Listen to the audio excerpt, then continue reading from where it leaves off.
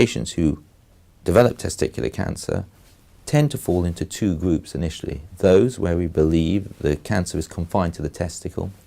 They will have had surgery to remove that testicle or part of the testicle. And those patients will often be offered or the choice or advised to either be watched or to have some additional treatment to reduce the risk of recurrence. That's a big discussion and is an area where there are very diverging opinions. The other group of patients are those where they've already completed chemotherapy for testicular cancer that has spread and the cancer returns. Now, we know over the last probably 20 or so years that we can group patients into their relative risk of the cancer returning. A lot of that risk is related to how advanced the cancer was in the beginning.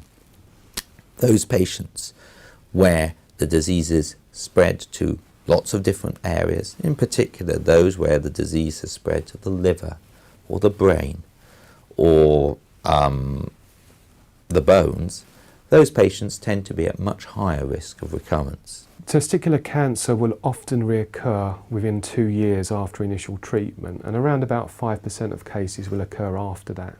Men who've had testicular cancer will be followed up in clinic with various blood tests such as tumour markers and CT scans for a good 5 years, if not 10. And any reoccurrence can usually be detected by rising tumour markers such as BHCG, LDH or AFP. If people develop a cancer again after treatment, they're two different situations. We're talking about people who develop recurrent testicular cancer, which is probably their highest risk. But there is also the question of whether these patients are more likely to get another cancer. And we know they are. Having one cancer puts you at higher risk of developing a subsequent one. We also know that unfortunately most chemotherapy, particularly some of the core drugs that are used for testicular cancer, do increase the risk of other cancers.